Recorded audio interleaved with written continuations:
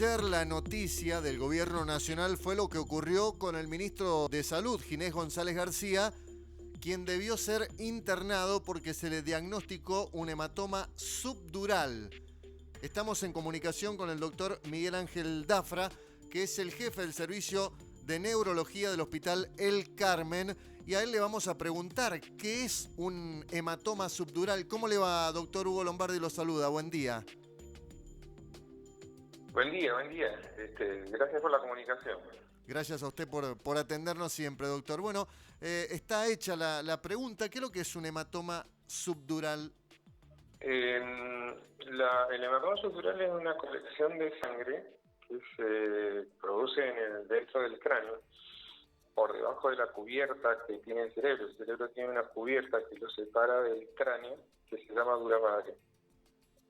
Cuando se rompen algunas pequeñas venas que nutren al cerebro, se produce una acumulación de sangre por debajo de esa membrana, por eso se le llama subdural, significa debajo de la dura madre. La causa que siempre uno se pregunta de las cosas, en general, es un traumatismo. Para llegar a eso se tiene que tener un traumatismo previamente, en casi el 100% de los casos. Raramente se puede llegar a producir por otros motivos, como por ejemplo pacientes que están anticoagulados o intensamente antiagregados. Pero bueno, es eso, es una colección de sangre. ¿Y cómo se llega a diagnosticar? Digo, ¿qué síntomas sintió el ministro de Salud para que finalmente le realizaran los estudios y determinaran que tiene esto, o él ya lo conocía, ya lo sabía? No, raramente el paciente lo sabe. Esta colección de sangre lo que hace es crecer de a poco, porque como dije es una colección de sangre venosa. Esta colección va creciendo de a poco con los días y puede tardar hasta varias semanas en expresarse. Y se va a expresar cuando empuja al cerebro, ¿no? O sea, hacia afuera tenemos el cráneo, es inextendible. Y hacia adentro está el cerebro, por supuesto. Entonces, el cerebro es empujado y de manera que cuando tiene cierto volumen empieza el paciente a tener síntomas que van a depender de la localización del hematoma. En este caso, lo que dicen la prensa es que el ministro tuvo parestesias. Parestesia significa hormigueo, adormecimiento de una extremidad, en este caso uno de los dos brazos. Eso significa que la localización uno la puede ubicar exactamente en el lado opuesto del cerebro con respecto al lado afectado, al brazo que siente el hormigueo en este caso. Y lo ubicamos o no, para que nos demos cuenta, siempre hay una topografía, o sea, cada síntoma nosotros lo relacionamos a una parte del cerebro. Y eso está más o menos ubicado en la región frontotemporal, ¿no? Así comúnmente se le dice la región de la sien, ¿no? Sí. Esa es la región que corresponde a la zona afectada. O sea que el síntoma va a depender de la ubicación del hematoma. En este caso, como les digo, es más o menos esa la localización. Doctor, ¿y esto requiere de una cirugía o cómo se trata? En general, sí. Cuando empieza a dar síntomas progresivos, sí requiere la evacuación. Se hace un trépano y bueno, la cirugía en general es la más básica para un neurocirujano. Pero eso dependerá de la evolución. En general, si el síntoma progresa, sí se decide operar. ¿Y se provoca a través de un golpe, decía usted, para describirlo, que uno lo pueda entender? Sí, en general el hematoma subdural lo ubicamos dentro de las edades de los pacientes, siempre en el adulto mayor. Y puede ser resultado, como les digo, de un trauma. El trauma puede ser muy claro, o sea, me caigo o choco y en unos días, o sea, ese tipo de hematomas sabemos que existen, de acuerdo a la demora en expresarse, tres tipos.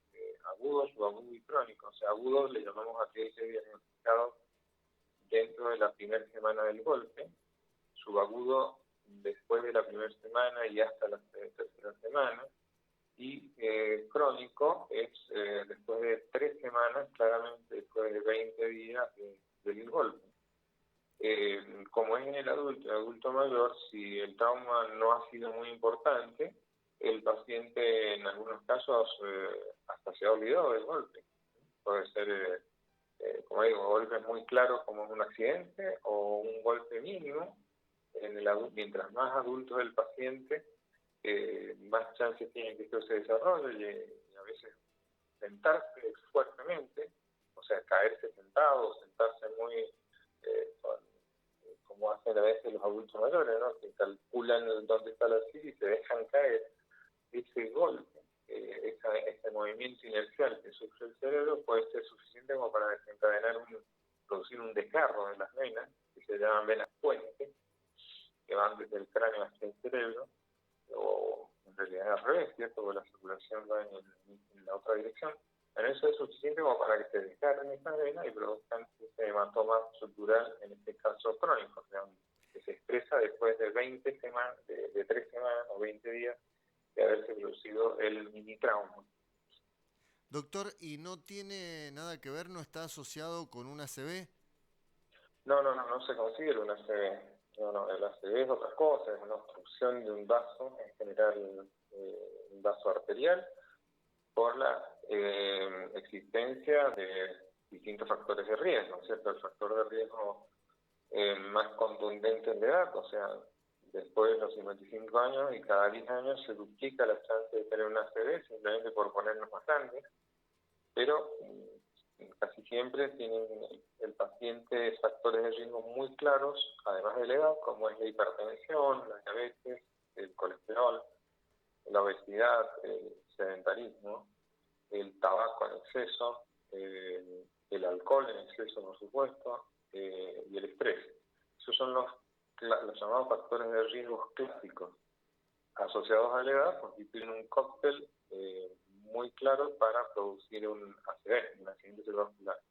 Pero eso el sutural no se considera un ACV, es simplemente una consecuencia, casi en el 100% de los casos, de un trauma, como les digo, claro, contundente o un mini trauma, a veces un mini trauma. Se dice por estos días también van apareciendo informaciones de que algunos trastornos neurológicos pueden ser síntomas de coronavirus. ¿Esto puede tener relación o tampoco se lo asocia? Cada vez a medida que se van caracterizando la sintomatología de pacientes con diagnóstico definido de coronavirus, estamos aprendiendo que pueden haber muchos síntomas neurológicos, pero no de esta categoría. Se han empezado a ver como se están viendo afectación de otros órganos y sistemas, o sea, no solo los pulmonares.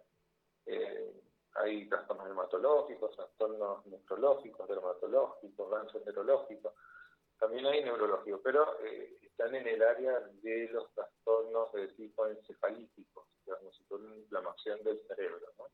También se ha visto asociado a ACV, pero una cosa es la asociación y otra cosa es que podamos llegar a demostrar la causa. Hay un trastorno en la población, claramente en todos los pacientes o en aquellos pacientes con coronavirus que están graves, o sea, aquel 5% que llega a ser grave. Bueno, en eso se han descubierto trastornos en la población, en la dirección de trombosis, y bueno, eso podría explicar la mayor ocurrencia de... Bueno, estamos hablando con el doctor Miguel Ángel Duff. Pero sí. no de hematoma sutural, no. Doctor, y por ejemplo, porque anoche habló en algunos medios, dijo que se encontraba bien, los periodistas analizaban de que no tenía problemas en la comunicación. ¿Puede volver hoy o en los próximos días a llevar una vida normal? ¿Necesita un tratamiento, descanso? ¿Cómo es? Sí, en general el paciente requiere descanso, pues si ya tuvo síntomas, aunque los síntomas hayan regresado, o sea, hayan mejorado, es una alarma, porque si se habló de hematomas subdurales porque el diagnóstico se hace con imagen, o sea, por lo menos tomografía o resonancia mejor. En ese caso sí, ya se sabe que el paciente tiene una colección de sangre. Entonces la conducta del cirujano puede ser expectativa, expectante, digamos, ver qué pasa, ver si crece. Si crece van a crecer los síntomas, van a aumentar los síntomas y ahí se decidirá que se opere. La otra es la conducta más conservadora, sería esperar que el organismo lo limite y que con el tiempo empiece a retroceder, digamos, a reabsorberse. Eso lleva un tiempo para que eso ocurra. ¿Se puede reabsorber? Sí, podría llegar a reabsorberse. Hay hematomas subdurales que no se esperan justamente o porque son producido el trauma, uno le hace una tomografía para ver cómo está ese cerebro y descubre el hematoma. Si es de pequeño volumen y no tiene síntomas el paciente, se espera que se reabsorba. Y se lo va siguiendo clínicamente y con imágenes. O sea, se van repitiendo en tiempo prudencial la tomografía o la resonancia. Sí. Si se decide no operar, en el caso del ministro, se piensa que es de pequeño volumen, que el síntoma puede haber sido transitorio, puede haber dado un equivalente o algo muy indicador de lo que es una ACV, cosa que es raro que esto ocurra, en el sentido de que en general aparecido el síntoma suele progresar, o sea, suele aumentar. Pero por ahí mi ha tenido suerte y bueno, se quedó en un síntoma mínimo y por ser de poco volumen, el equipo quirúrgico decidió esperarlo. Esperarlo significa ver que se vaya solo. Eso, al ir creciendo, como escucho atentamente lo que usted describe, ¿puede provocar una hemorragia interna? No, la colección está, como le digo, localizada por debajo de, o sea, hacia afuera tiene la dura madre, que es esa membrana que todos tenemos que recubre todo lo que es el cerebro y la médula. Y por dentro está el cerebro. O sea, a eso le llamamos un hematoma, una colección de sangre que puede con los días ir aumentando. Es distinto del epidural. El epidural está por fuera, o sea, afuera tiene el cráneo y abajo hacia adentro tiene la dura madre. Eso se le llama epidural, que es de sangre arterial y crece rápidamente. O sea, en este caso no hay forma subaguda o crónica, siempre es agudo, siempre requiere, o casi siempre, casi en el 100% de los casos, requiere solución quirúrgica, más grave. En este caso, no podemos hablar de una hemorragia interna en términos de lo que se conoce vulgarmente como tal, sino que se produce la ruptura de una vena y esta empieza a dar sangre, decimos, empieza a filtrar sangre y se va acumulando de a poco, desplazando al cerebro. Esa acumulación, como le digo, es lenta y a veces puede, por cambios en la ósmosis, digamos, en la capacidad que tiene esta sangre acumulada de crecer, va creciendo justamente hasta que da síntomas. Cuando desplaza un área sensible del cerebro, ahí nos damos cuenta que el paciente le está pasando algo. La mayoría de las veces va asociado a cefalea. Ese crecimiento, ese desplazamiento de la masa encefálica va generando un dolor de cabeza que empieza a hacerse cada vez más molesto, más irritante, cambia el humor al paciente, incluso en algunos adultos mayores, cambios en la conducta pueden ser también expresión de esta colección, ¿no? Así que bueno, eso es más o menos la historia natural de este proceso. ¿Es lo mismo que le pasó a la hoy vicepresidente Cristina Fernández de Kirchner en algún momento cuando fue internada en la Fundación Favaloro? Sí, de acuerdo a lo que supimos, sí, exactamente lo mismo. En el caso de la expresidente, fue un claro golpe que tuvo, es lo que se dijo, ¿no? Claro. En este caso no conocemos demasiado. Pero bueno, en algunos casos, como les digo, dependiendo de la edad del paciente, puede estar relacionado a mini golpes, mini traumas.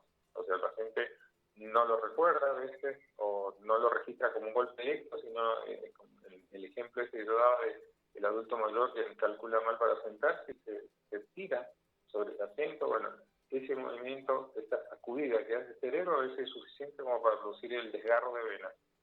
vena cerebral. Bueno, qué buen dato ese. No necesariamente porque uno literalmente piensa que se puede caer y golpearse con algún elemento, con Claro, la algo. mayoría de las veces es así, un accidente de Sí, algún sí, tipo. Pero en el caso del adulto, mientras más adulto es el paciente, y por ahí a veces el paciente no registra el dato, lo oculta, no lo registra porque tiene problemas de memoria, o no le dio el valor al trauma. ¿Sí? Algunos pacientes que están trabajando en la casa, o imaginemos, ¿no?, el paciente que está trabajando dentro del motor digamos, del auto, y se levanta y con el capot se golpea la cabeza, o estoy buscando algo dentro de un mueble y me levanto y golpeo con la cabeza una parte del mueble. Bueno, a veces eso pasa desapercibido, porque en el momento no sentí nada, pero semanas después, 2 o 3 semanas después, empiezan los síntomas, cuando el hematoma creció lo suficiente como para dar síntomas. Doctor Dafra, como siempre, ha sido un gusto que nos atienda. Que tenga buen día. Gracias. Por favor, gracias a ustedes, muy amable. Hasta Hasta luego, buen luego. día. El doctor Miguel Ángel Dafra es el jefe del servicio de neurología del Hospital El Carmen, describiéndonos lo que ha pasado con la salud del ministro Ginés González García en el día de ayer. Se lo notaba de muy buen ánimo, yo lo escuché en un programa de televisión, no tenía dificultades para hablar y en las próximas horas seguramente ya se conocerá un nuevo parte médico. 10 Hace de la algunos mañana. segunditos Sí. se dio una entrevista radial y dijo, estoy fenómeno.